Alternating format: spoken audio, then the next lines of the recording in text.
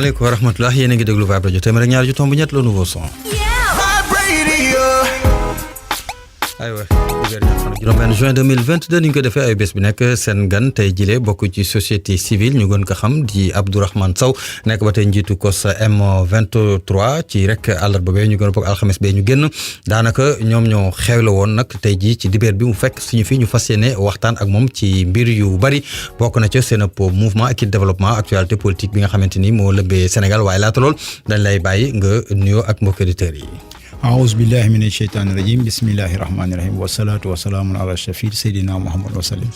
waaw Mohamed ñi ngi am mbégte bu rëy di delluwaat suñu kër Vibe Radio di la nuyu di nuyu waa kër gi yëpp waaw staff technique beeg ñëpp di nuyu ñi leen di seen auditeurs yi nekk ci àdduna bi yëpp ci réseau yi waaw ñiy déglu rajo bi et tout ça donc di ñaan suñu borom mu dugal ñu ci waxtaan bi ci jàmm bi bismillahi rahmaani rahim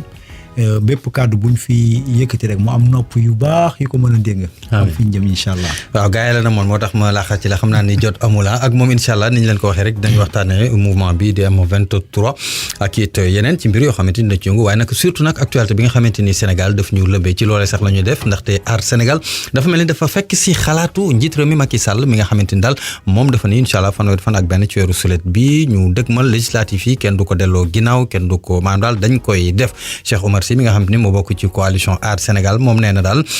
xel warta mën a xalaat sax ñu daal di bañ a sàmmonte ak li nga xam ne jëppee calendrier électoral bu réew mi lee ndaxte loolee dafay indi stabilité ci wàllu institution yi kon loolee nag mi ngi ko xamle gannaaw ba ci Mouhamadou Fatou ba jokkoo ak moom ñu déglu honorable élection yi dañ leen di respecté ñu tenir leen ci date yi mu war a am mais tey opposition bi mooy pousse pour ñu jalgati ko alors que tey bu ñu xoolee ñi nga xam ne tey ñu ngi koy pousse ñu ngi neen pour jéem a élection yi pour ñu mun ko reculer ñoom participé woon nañu en 2019 ci élection présidentielle amoon na plus de 29 participants ci élection présidentielle u 2019 juróom yi lañ ci retenir woon est-ce que juróom yooyu ak manifesté woon nañu pour ñu bañ a tenir élection présidentielle bi te seen morom yi ñu dàqoon leen donc dañu war a respecter Sénégalais yi gis nga bés bu ñu neewee dañuy pousse élection yi nga xam ne moo war a am 31 juillet ñun ñëpp naxarulu nañ ko ñun ñëpp gis nañu ne am na ay problème mais dañuy dugg ci phase boo xam ne dafay am benn instabilité institutionnelle boo xam ne dootuñu mën a digérer dëkk bi te jafe-jafe yi dafa bëri donc nañu dem ba ci cappaandaw nga ñu xool erreur yi amoon ci code électoral bi ñu toog société civile toog parti politique toog ñu ne fii la gàllankoor yi amoon nañ ko defaraat balaa ñuy dem élection présidentielle loolu mooy yelloo maanaam mais ñun li ñu jàpp mooy tey def nañu li ñu war a def te am na yeneen 5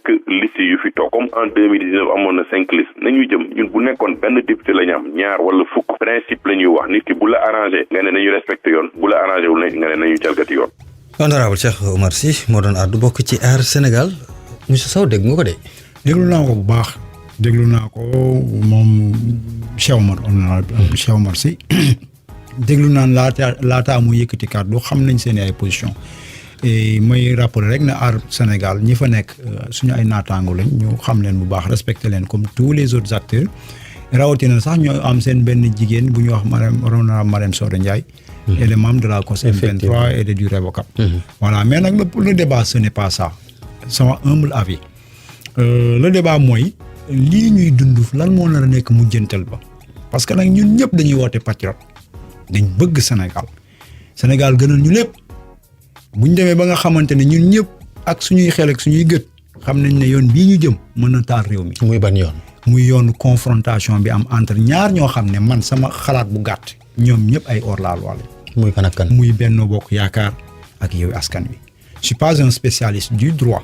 Mais j'ai constaté des choses inacceptables. bu njëkk ba mooy ñun ñëpp xamoon nañ ne liste Yewwi départementale bu Dakar dafa violer les dispositions de la loi.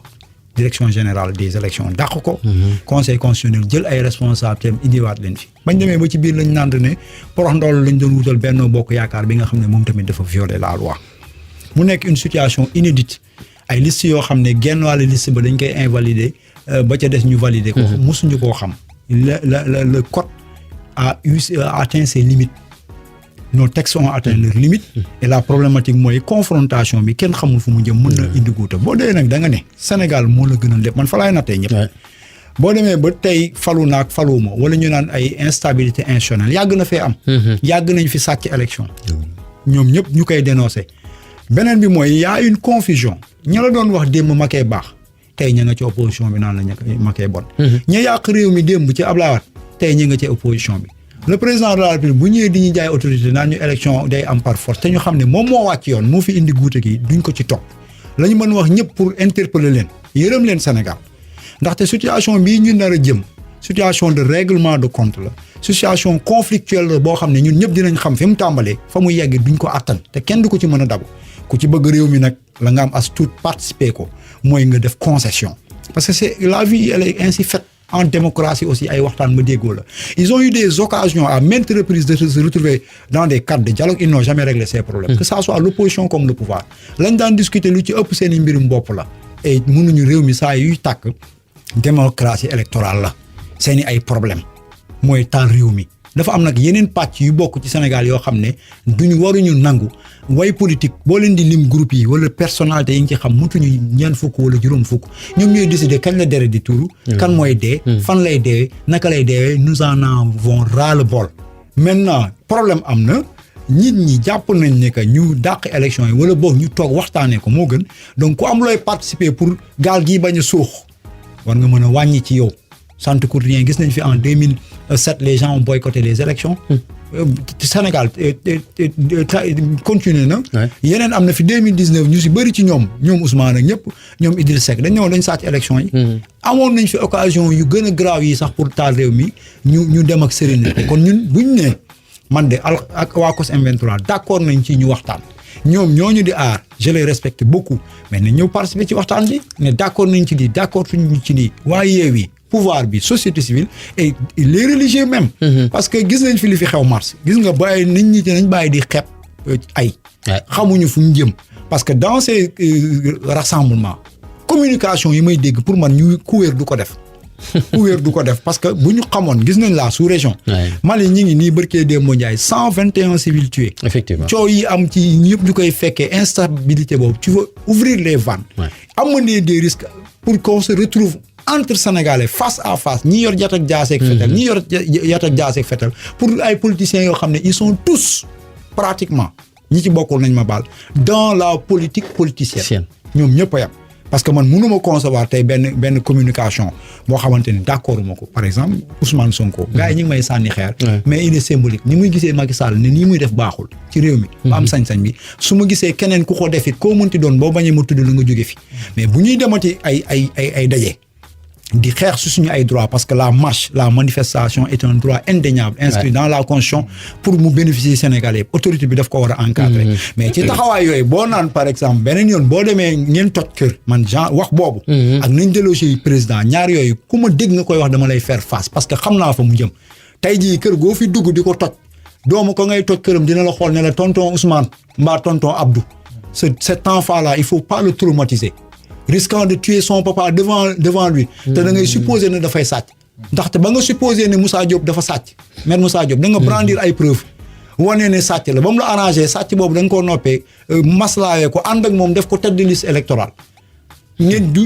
juyoowaat nga sànni ko fële mais je suppose que comme boo bëggee dem kër Mame Boye Diao wala kër Aliou Sall bëgg a bàyyi à côté benn Khalifa Sall am na ay Sénégal yu supposé que ni mu yor moomu ko nga toog ak benn Aïda Mbodj toog ak benn ay Habib Sy wala waa kër Karim Wade yi nga xam ne démb lañ leen doon jiiñ sàcc da nga leen nar a tëb dem kër ñan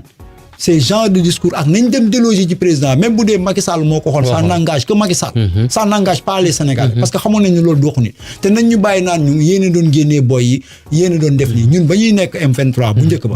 amuñu woon opportunité suñu cadre di jóg ni ñu ko yàlla mayee tey mais ñi ñu xam nañ ne bu heure liggéey jotee ñu bàyyi lépp dem liggéey xam nañ ne fu nit taxawoon di wax waxi dof nañ taali aéroport ak nañ dem defi taal canal Soumbédioune ñu ne leen loolu du fi amee et loolu moo nekk ñun ba tey changer discours amul c'est-à-dire dafa am yu bees yoo xam ne contexte boo xam ne pour nga mën ci dox il faut nga ànd ak sa xel oui contexte bi ñëpp gis nañ ko moo di réseaux sociaux yi daanaka doo xam kuy wax doo xam kuy bind donc daanaka moom moo tax mbir yi selfaño waaye ba léegi dañu des ci report boobu ndaxte effectivement wax def nga ci cri de cœur koo xamante ni amul parparloo wax nga li nga xam ne noonu nga xalaatee tiijaan kii dafiy jéego mais am na ñoo xamante ni ñoom dañu lànk carré muy Yewwi Askan Wi ñoom dañu lànk carré ni soit bokk ou bien du am waaw loolu yëpp mi ngi aajowu ci bu ñu toogee ñu waxtaan bu dee mais yaakaar nga ne toog boobu dina yomb waaw mais xam nga au moins l'histoire retiendra que am na ñu def li ñu war a def réew mi ñun ñëpp ko bokk parce que tey jii ku fi dem nag ba nga ne da ngay gàddu sa yet ne nii lay demee. ñeneen dañuy gàddu seen yet ne neneen lay demee. te loolu on le souhaite pas. on le souhaite pas gis nga nit ñi dañuy mën a comprendre que ni dañu am ay limites ñun ñëpp et que à un moment donné sur le plan politique yéen a ngi def ay compromission yoo xam ne tegul ci dara. di ngeen ciy parparloo. doo leen ko dénoncer. vous l'acceptez parce que nee ngeen politique moo ko laaj. waaw ñu ni jamono moo ko laaj dëgg moo ko laaj bu ñu yeggee ci ay dóorante ñëpp ay dóorante un bain de sang pour lan. donc au moins on aura fait ce qu'on doit faire l'histoire retiendra après advienne que pourra parce que ay góor rek fi ne kenn du fi yambar kenn du fi ragal problème bi mooy conseil constitutionnel moo fi indi problème nañ ko nangu tëddee. la mu def xaw ma ci kaw lan la ko. mooy juróom-ñaari. fekkeewu mu nag waaw ñuy wax juróom-ñaari sage moi je pense que le courage aurait voulu que niñ ko jàppee que liste Dakar boobu ngeen dem valider waroon kon valider te ñoom ba ñu valider liste Dakar ils sont sortis applaudir Déthié Fall génn na. mandataire national de Yewwi féliciter le conseil constitutionnel. moi je pense que ne piège la woon. waa Benno dañu violer la loi parce que ils ont dépassé. Le nombre de deux, même si c'est deux, c'est la loi. Ouais, c'est la loi. Voilà, la loi est la loi. Et la loi. Maintenant, un conseil constitutionnel courageux aurait invalidé. Et la liste de Benno. Les deux. Toutes les deux listes. jàmm na ñooy foofu ngay xamee ne aar wax na dëgg. wante nag aar lu mu waxu dëgg-dëgg. Sénégal sut ñëpp. fu am na fu ñuy toll. comme ni nga koy waxee l'essentiel. mais le Sénégal. waaw gis nañ fii ñuy marché ñu ne tëf lacrymogène nga gàddu say tànk daw. am na fii.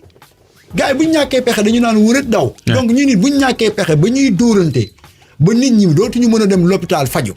xale yi dootuñu jàngi yow mii faal dootul liggéey si kenn dootul mën a dem marché. ndax benn groupe de personnes loolu la Sénégalais yi war a bañ et puis sax leur dire ça n'est assez parce que ñun niñ gëm mooy booy set ba set li Ousmane Sonko doon woote dem ba ci digg bi mu jaxasoo suñuy bët mooy dëgg anti système le système politique et le système étatique. c'est des modèles dépassés ñoom ñoo yàq Sénégal tey jii liñ fi doon kaas yëpp di xeex Macky Sall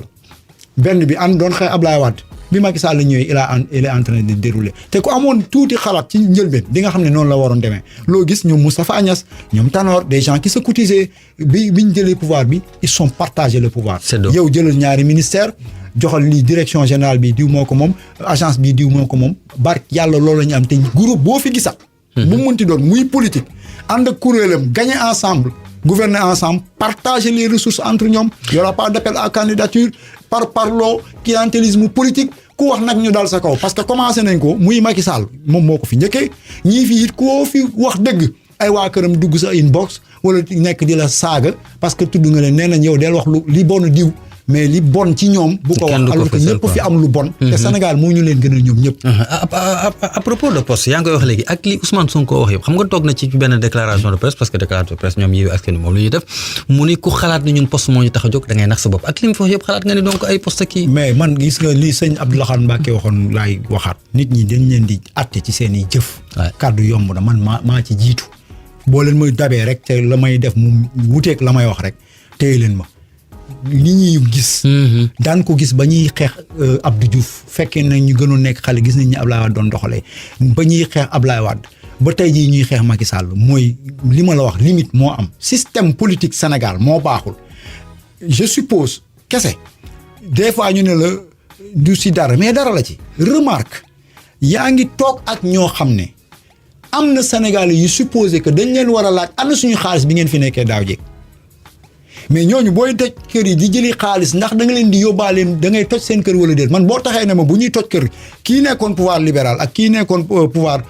nu mu tudd socialiste ñëpp laa ci yemale jàpp ni ma jàppee ne ñii dañuy jël noonu la yeneen Sénégalais jàppee ne ñii dañuy jël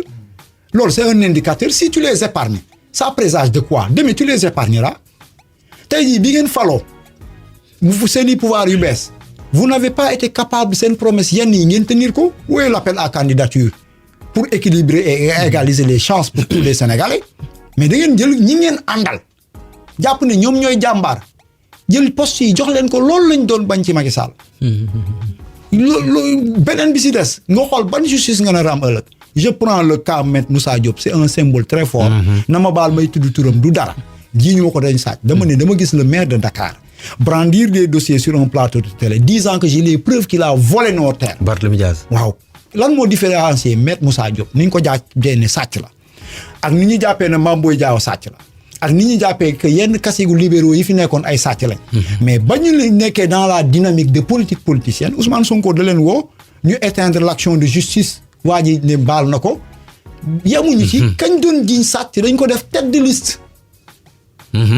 ce qui veut dire que on l'a épargné parce que il est à ses côtés. donc politique politicienne moo ñëw. waaw je me dis mais Mame Boye Diao bu jékki-jékkoon ni Seydina yonent mu sell mi ñuy wax Seydina Ousmane Sonko mii baale bàkkaar yi baaloon Mame Boye Diao wala Mame Mbaye Niang après dañ leen di intégré. Abdourahmane mais kon ban justice dañu nar a am ëllëg c'est ça la réalité c'est ñu xaar ba yegg ca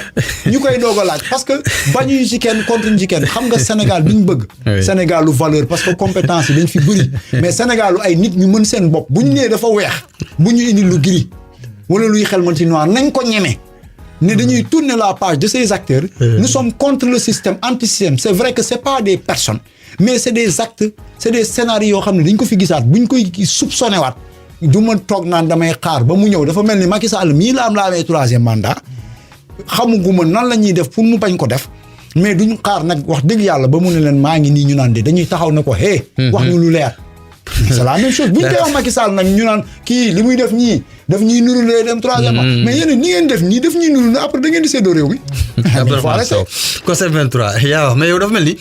Ousmane Sonko parce que c'est na Ousmane Sonko comme ni ko faral di waxee maa ngi jégalu Ousmane Sonko voilà donc tudd nga ko fi tudd ko mais c'est normal aussi parce que moom moo nekk au devant de la scène il est symbolique waaw mais dafa mel ni bi mu leen maam daal joxar bi baaraamu tuuma yéen waa société civile parce que bu ñu société civile Conseil 23 da ciy fës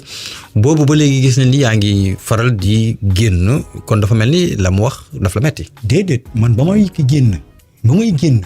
boobu waxugul li muy wax man daaw laa commencé génn jamono ji presque maa ngi doog a jugee Kolda ak Ziguinchor demoon ca mbayum gerte ka ca la réew mi di tàkk ba ma dellusee balaa may ñëw sax la ñuy dem lañ def un communiqué bu clair sur le cas Adji Sarr nous sommes dans un état de droit citoyen yëpp a yem ci di kanamu justice ak ku nekk nag lañ lay affecté Ousmane Sonko présomption d'innocence député la nañ ko respecté mais Adji Sarr yi doomi réew mi na comme ñëpp même bu fenee sax war nañ ko mën a jaar la yoon ba wane ne dafay fen duma ko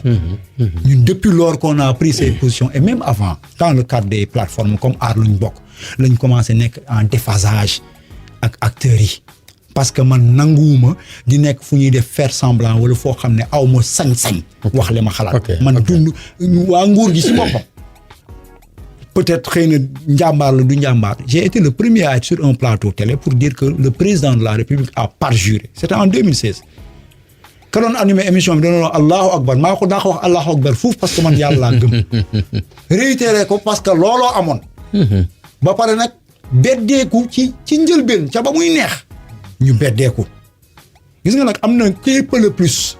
peut le moins si tu te crois assez courageux pour pointer du doigt le parjure du président de la République wala fii di fi poser ay actes di te retrouver seul en cachot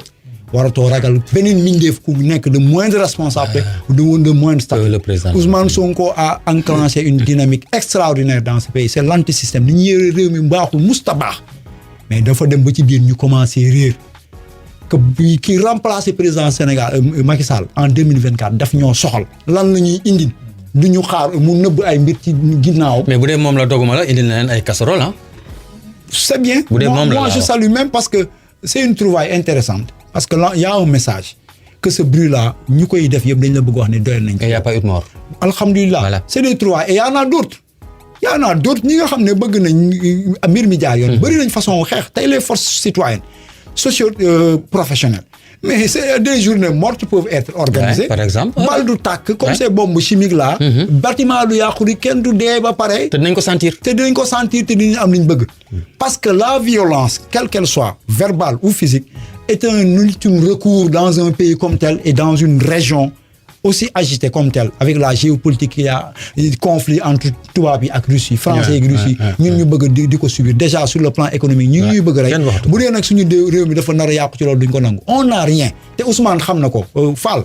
Ousmane bi ñu koy doog nu mu tudd radié la seule organisation citoyenne bu ma fàttaliku bu def conférence de presse di dénoncer moom ak ki nekkoon directrice OFNAC mi ngi tudd COS M23 ñu ngi ko defee siège Amnesty pour dénoncer même bu dee am na ñu d'accord woon li mu def ñun dañ ko assumer woon on a collaboré plusieurs fois ñun ak ñoom mais dama ni man bëgguma toog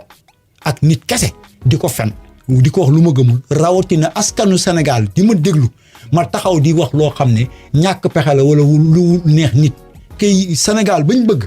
l'essentiel le Sénégal boobu mooy ki bëgg kii remplacer li ñu doon sàggan ba Macky Sall ñëw fii di Abdoulaye Wade di jóge fii ñu nekkaat dans la politique politicienne il faut ñu ñëw ne la Ousmane Khalifa Barth tàllal leen seen loxo ñu xool li ci nekk waaw askan wi xam bu ñu tànn nag bu leen askan wi tànnee ça les engage parce que moi je n'attends rien de Ousmane de Barth de Khalifa je n'attends rien de Macky Sall ni de ses collaborateurs waaw travaxaar rek aywa mu di Abdourahmane Sow bu COSEM 23 di seen di sunu gana ci hashtag news tey ji dibéer ñaar fan ak juróom-benn juin 2022 ma fàttali le 23 b ñoom ñu ngi doon fàttalikuwaat fukki at ak benn gannaaw mouvement boobu nga xam moo di M23 xam naa dinañ ci ñëwaat ci ñaareelu pàccu xibaar yi ñu dem ñëwaat. Hashtag News sur Vibe Radio. The best radio station. Vibe Radio. Hashtag News sur Vibe Radio. The best radio station. Vibe Radio. Vibe Radio téeméer ñaar yu tomb ñett dibéer ñaar fan ak juróom-benn juin 2022 di ci dalu rek Abdourahmane Sow bu COSEM 23 xam naa ñaari question rek après ñu dugg carrément ci mouvement bi mu di ni casserole yi weesu nañ ko waaye ñaar fan ak juróom-ñeent la ñu jàppaat ñoom ni fala budde day amaat loolu noo ko gisee sëñ bi démb maa ngi ciy waxtaan ak doyen Alioune Tine fekk mu tudd Africa Jom waaw ma ne ko luñ ci mën nañ ko ci def parce que man la ma jàpp mooy wax dëgg yàlla manifester droit la boo xam ne constitution Sénégal daf ñu koo may du tey te kenn waru koo xañ kenn dañ la ne informer l'autorité et l'autorité doit prendre ses dispositions pour la réussite de cette manifestation les motifs yi ñu fi avancé yu bëri sax man damay jàpp ne que ay du waxu ngal la ay bu ñu manifester économiquement pays bi non corona wan nañu ne moo gën a garaaw te dund donc l'aspect économique waaw c'est pas intéressant la libre circulation des biens et des personnes ne peut pas être réellement entravée beneen bi mooy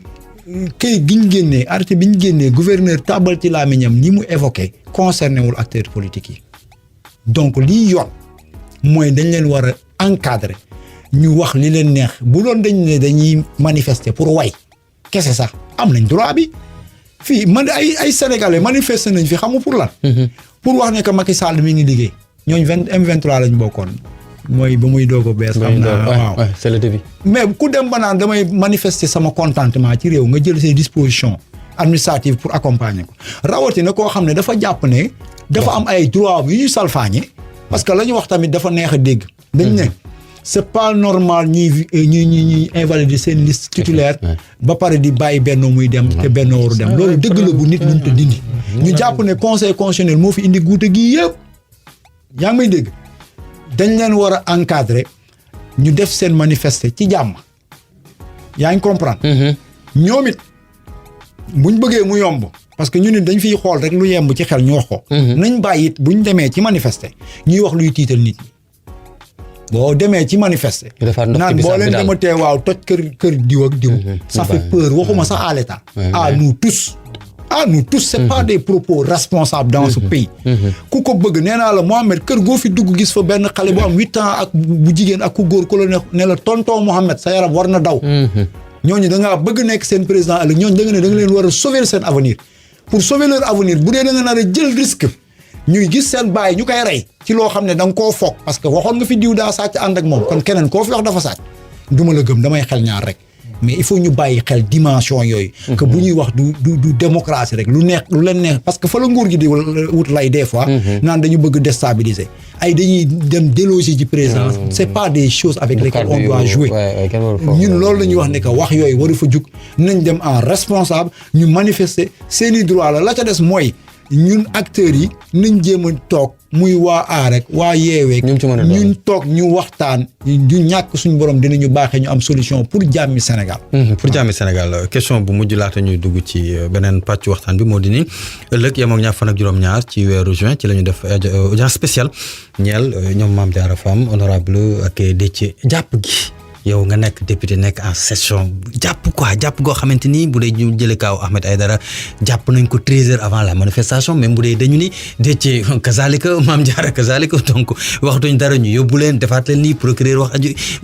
mu nekk mbir mu doy waar encore. c'est que mooy li ma la wax rek Mouhamed ñun ñëpp ñiy woote dañ bëgg jàmm ci réew mi xam nañ ne ñu war a doxalee xam nga bu doon la jàpp sax ngay rey nit ñu ne tan mais kuy woote manifester. ngeen ñëw assiéger kër jàmbur yi mbaa ñii génn guñu sax ngeen jël leen jàpp leen tegu leen ko ci tegu ci yoon rawatina ñoo am ay malaanu kiir laay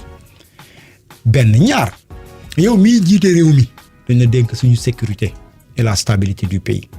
tu dois être assez intelligent pour xool nan nga koy wéyalee pour li indi jàmm ñooñu da nga leen war a libérer parce que c'est des actes très forts allant dans le sens d'apaiser et de dialoguer parce que ku la wax yaa ngi ci dëgg da lay nax te ba nga nekkulee ci dëgg du tey sax dañ cee wax ba sonn ba tàyyi mais dañuy jékki-jékki ne waaye waaj daal mooy énervé ñenn ñi quand tu vois toute cette jeunesse en ébullition yaa am na lu xew sa boy yi dañoo am ay idées yu claires que nit ñii dañoo yàpp yaa ngi dégg kër Farba Ngom ay 800 millions mais loolu rek taal na réew loolu rek taal na réew ak yeneen yaa ngi dégg Bougazelli di doon def faux billets c'est des choses 10 000 fois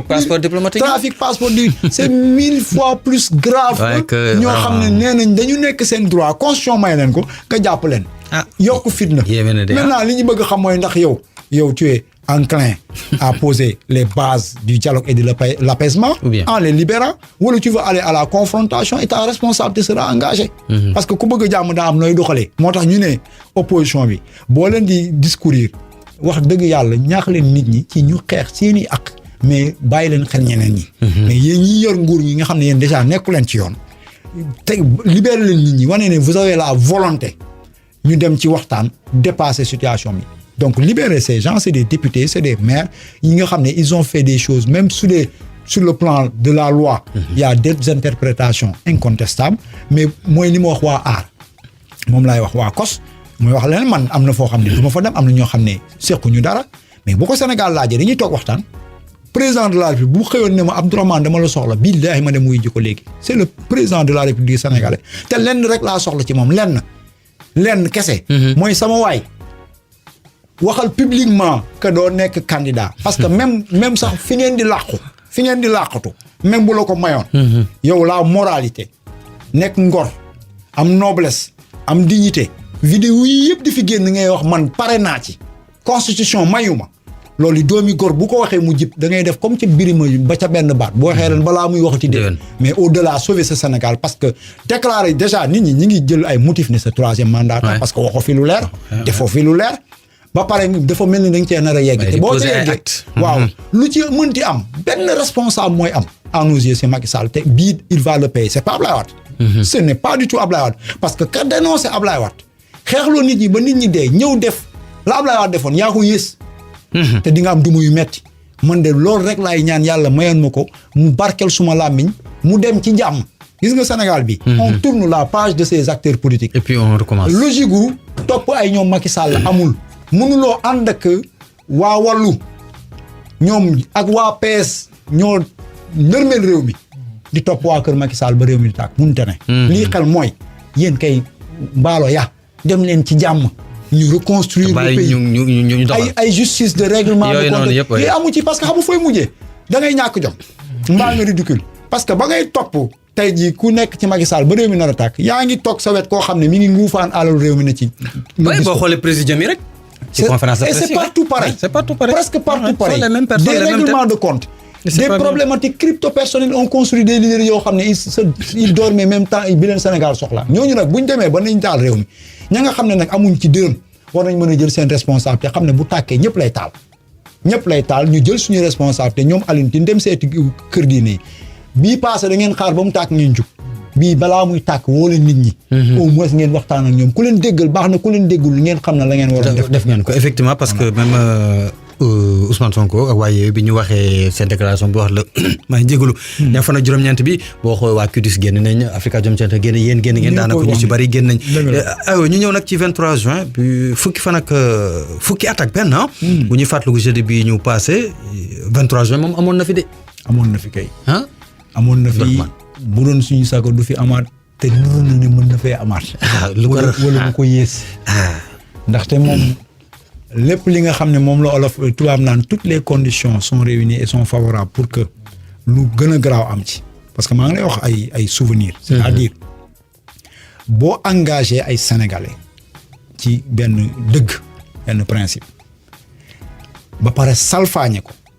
moo gën a garaaw sax ka ko njëkk a salfaañe parce que ci Ablaye Wade lu bees la yow nga ñëw ci bokkoon ci njabootu Ablaye Wade bokk ci lu baax as tuut bokk ci lu bon ca la ñu yore woon réew mi nga am sa problème personnel Sénégal taxawaloon jóg conflit personnel nga rëcc ci suñu borom ne da ngay nekk président nga ñëw ba léegi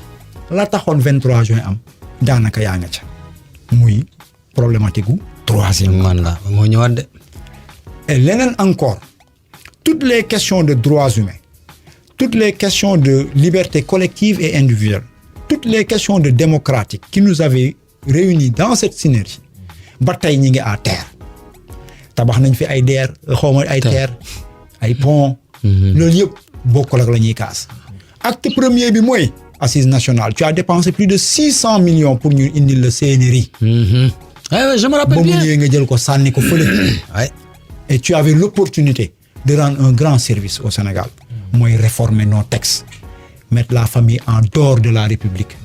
jël justice bi libérer ko organe de contrôle yi nga fullaal leen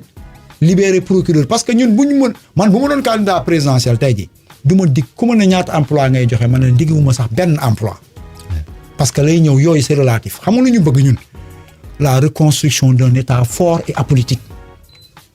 ñun li ñu bañ mooy as tuut gii ñu yor benn groupe bu ndaw di ko séddoo nu mu leen neexee di parparloo seen biir ku wax ñu duma la jël justice bi di ko utiliser état moo fi amul Macky Sall occasion boobu la amoon quand il s'est senti victime de cet état fort qui avait soumis nos institutions ba mu bàyyi Ablaye Wade ñëw ci 23 juin boobu ba gàddu matlaaw bañ ko falee du woon lekk ak naan Sénégal yi ay jàmbaar la ñàkk ñu jom mais ku leen yàpp la ñu bañ te bokk na ci yàpp ñu di ñu jaay doole ci suñu niñ moom niñ la dénk xoolal hôpitaux yi vous ne verrez jamais ay nit ñu bokk ci pouvoir di dem ci suñu hôpitaux yi di faju xoolal suñu écoles yi doo leen gis seeni ay doom di fa jànge xool leen ci mbedd mi boo leen gis ñi nga ca vitre teintée il se sucre sur le dos du peuple et il nous nargue boobu nag mooy ba nga ñu fajulee suñuy soxla suñu alal ñu koy pasar pare nga jël justice bi di ko foye nga bëgg ñëw ne léegi damay jël la stabilité du pays asaaloo ko loolu waruñu koo nangu mooy li ma la wax ne la kuy woote da ngaa bëgg réew mi rek neex ngaa testé te waxatuma ci waxu ay compétence ak texte nee na xam nga ci lan laa wax ci nekk doomi gor noblesse de naissance dignité jox cër Sénégalais yi xam ne benn melantaan bu dee sax yàlla mere na la rawatina ay nit narati dee ci koo xam ne dafa taxaw ne référendum bii ñuy wax coow li bëri son objet ce n'est pas sur le nombre de mandats c'est pour réduire un mandat de 7 ans à 5 ans mais sur le nombre de mandats c'est définitif c'est déjà réglé loolu la constitution réglé na ko man maa ngi pare naa ci Macky Sall lay wax de ñëwuti feneen ci à l'occasion d'une allocution mu ne il est à son 2e et dernier mandat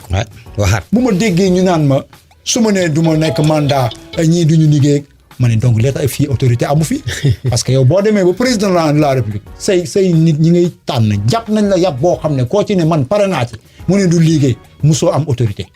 te yow nga am sa décret di ko fi la raison en est autre donc 23 juin loolu ko indi woon principalement touche pas à ma constitution non au tripatouillage de la constitution pour xam nga changer l'article 27 te Macky Sall la wax de mu ne vidéo baa ngi sam téléphone nee na bu même sax bu dul sax premier alinéa bi disant que le mandat du président est de 5 ans mais nee na dañ ci teg ne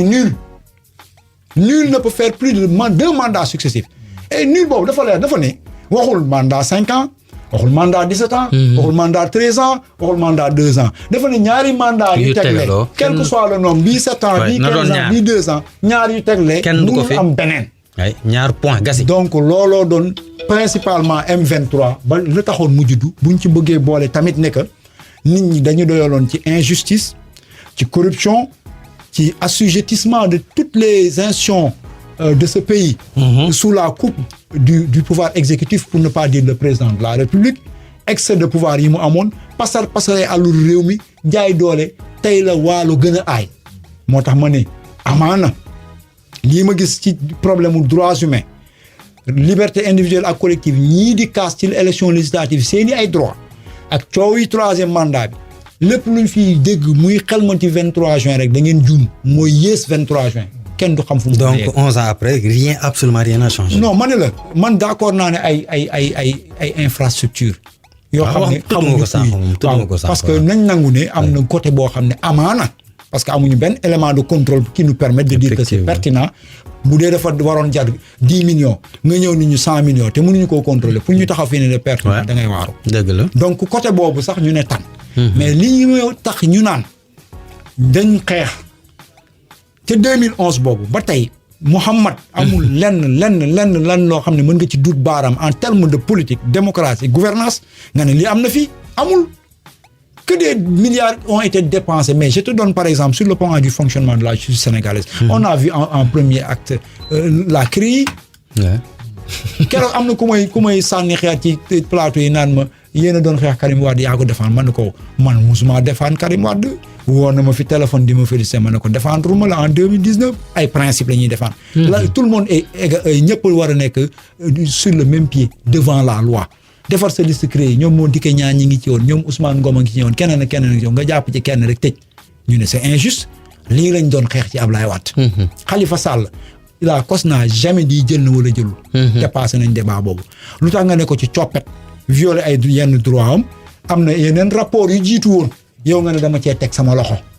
ci bi ma ne xëy na bu ma ko yëkkati woon réew mi tàkk fekk dañ koy politiquer Samuel Sarr bii la jege la lool ci affaire ay pétrole ak ay business Samuel Sarr boobu IGU 2013 daa tudd turam tudd ñaata milliards lañ koy toppee mi ngi fii sa wet c'est 10 000 fois plus que li ngay jiñ Khalifa Sall yaa may comprendre les rapports entre le procureur et l'exécutif via le ministre de la justice un ministre de la justice qui fait de la politique il faut qu'il arrête nee naa la révolution bi ñoom Ousmane di wax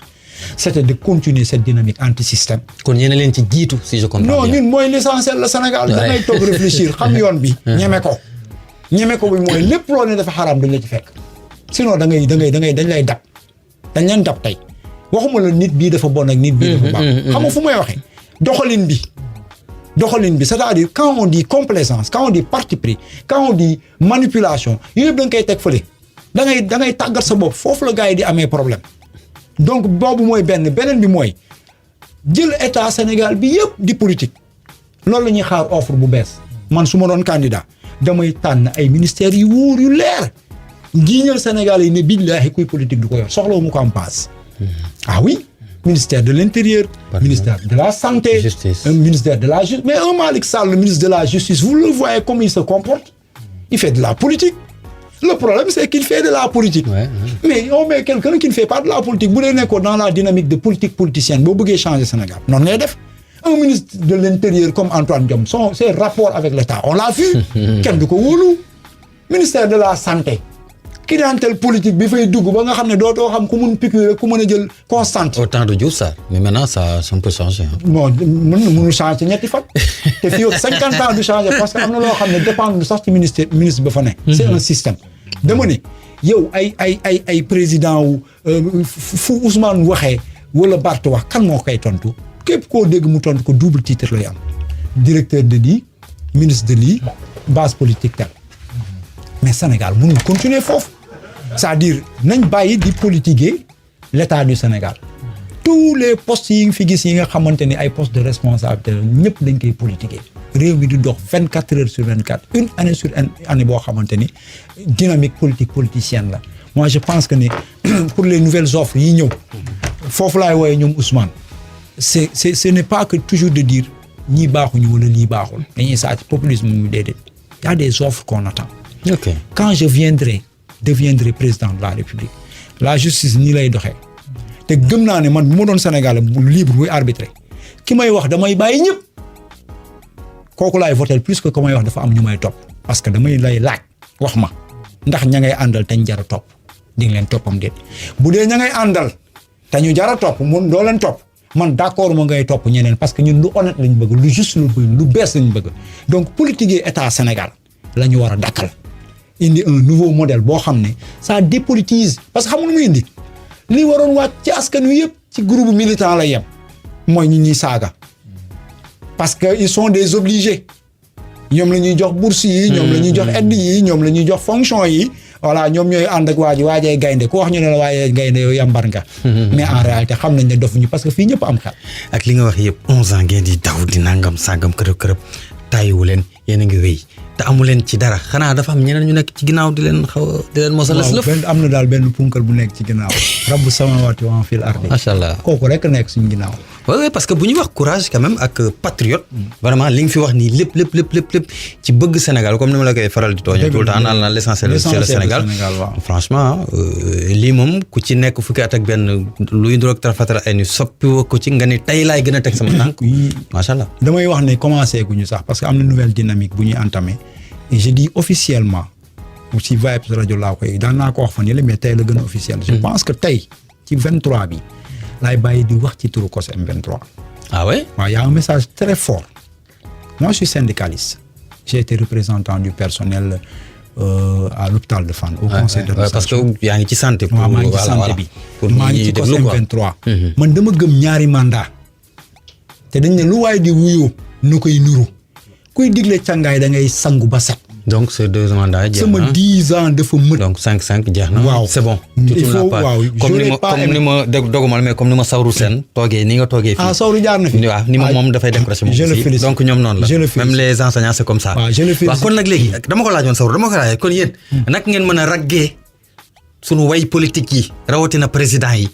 ak yenn ci ay ténor syndicalistes yi. ba ñu mën di def benn ñaar ñett gasi. waaw xam nga ñoom way politique yi ñoom dafa am dynamique bu ñuy wax ñu ne seule la lutte libère. nous sommes emprisonnés par ces contingences et il faut être très fort moralement mentalement pour leur faire face. il s'agit pas d'identité personnelle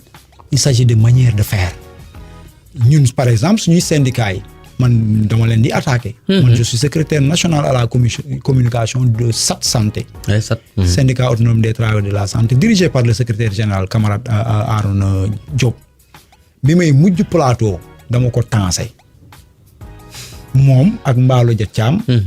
ak ñoom Cheikh samay Mballo bokkuñu syndicat. mais Arona ak Cheikh ñoo bokk fédération. je leur ai dit moi je parle plus au nom de la fédération. je parle en tant que travailleur. Okay. On n'accepte pas que les syndicalistes soient comme les acteurs politiques. yaa moom sa bopp. dénoncer ay mbir di ko pratiquer vous avez des limites. 2 mandats doy na. moo tax bu ma déggee président de la république naan dañuy délimiter affaire yi du doy ma ne ko nañ waxaat yonent bi mu ñëw. salaam. bu doon loolu yàlla du ko yóbbu. dëgg la sant ñu kenn mu parfaire dara. da nga am une partition jouée ko nga dem. da ngay ñëw comme football. jox kii bi jox 9 bi dugal. mu jeex après 9 boobu bu dematoo mootul dara. ñu indi keneen. kese soxla wu ko Sadio Mané ni barki dem bu jógee na fa. pourtant dañ foogoon ni moom mooy yàlla Liverpool. mais amul fenn loolu. gisal Messi. par exemple il a atteint ses limites biologiques. c'est normal. organique voilà. donc nit ñi nañu xam ne. misaal yaa ngi yàlla mi ñu koy jox ñu ñoo nangu la xool rek. du ñu ay yonent. de kenn waxu leen ñu régler pour Macky Sall bu fi defee 20 mandats.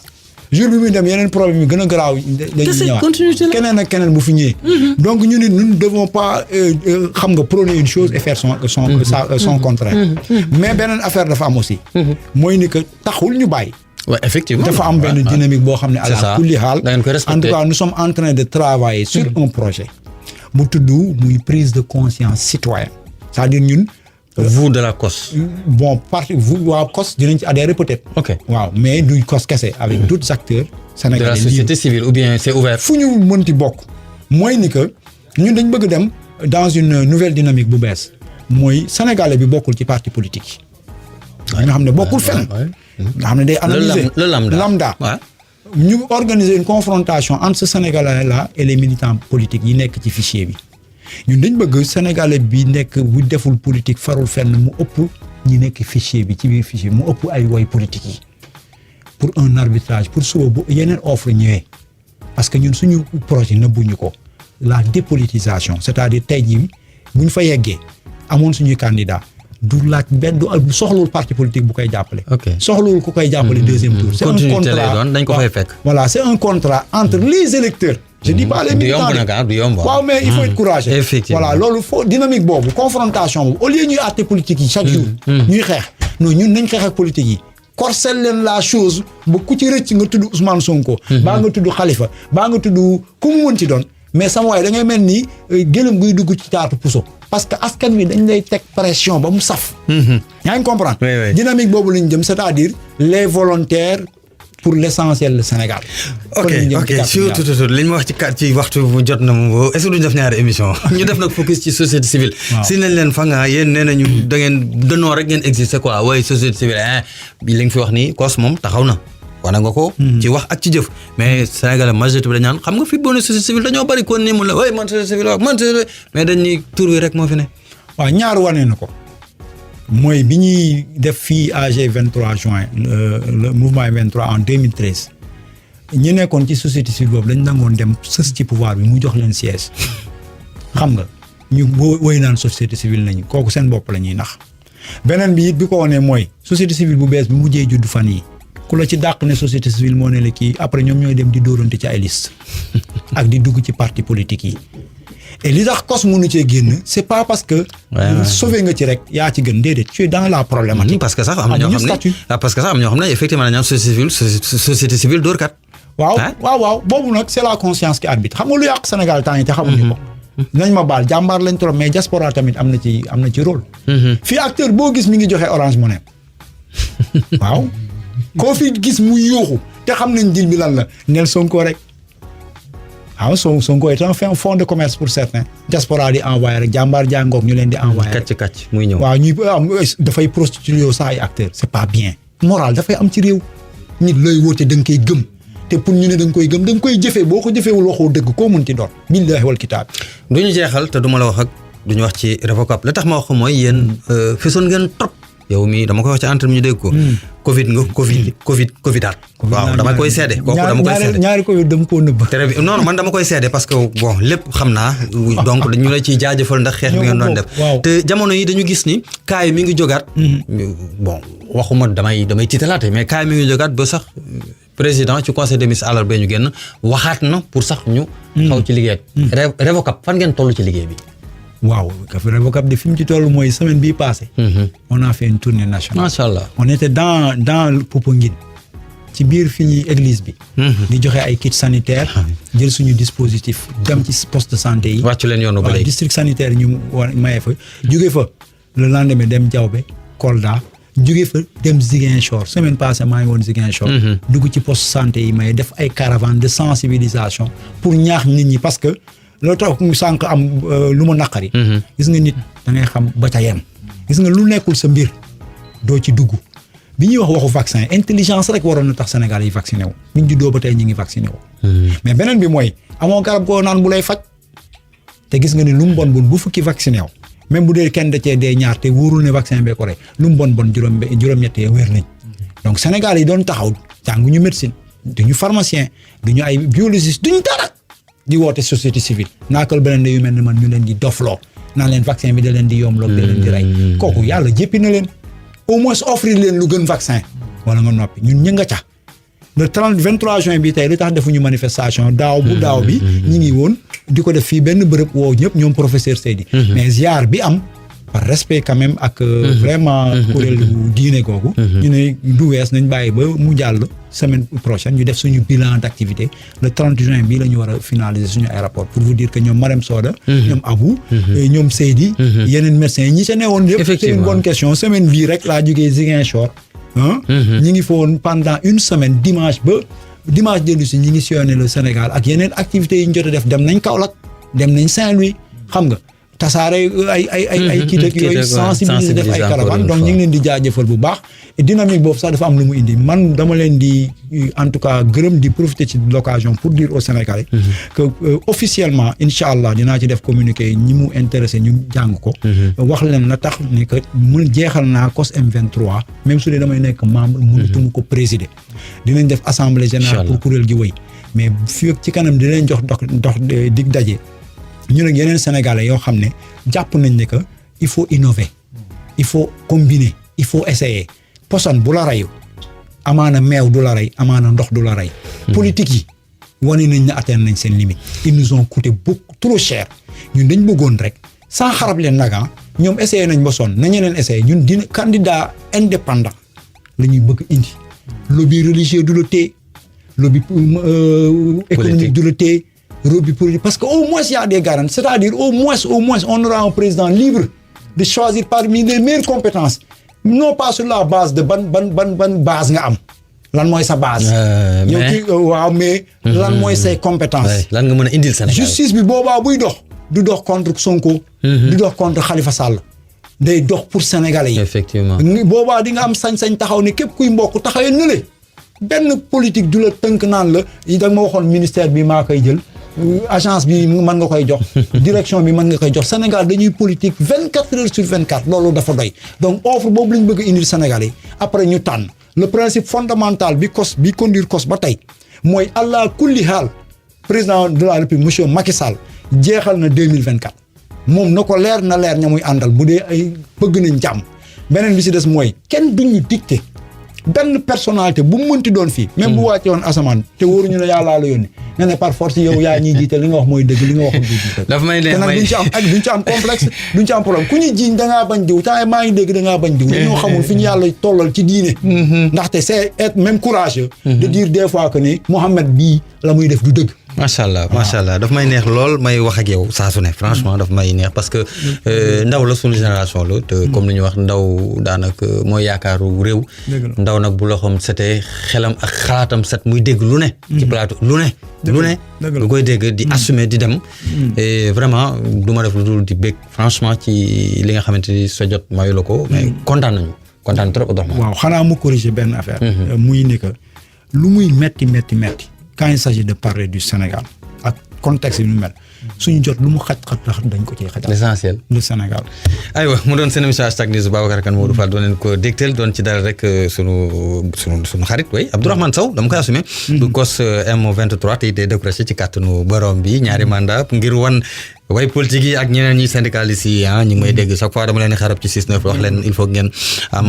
feelingu di daal di démissionner pas démissionner mais bu matee quand même ngeen jokkal léegi leen jox dig daje incha allah ay bés bi ñu dëgmal gannaaw Vibe Radio seen application bi te ñu teew nañ wéy leen daan ak ñun ci Facebook Twitter Instagram suñu chaîne YouTube ak si Canal Plus numéro 557 14h Anta dina leen ko tegal ci YouTube yam ak jàmm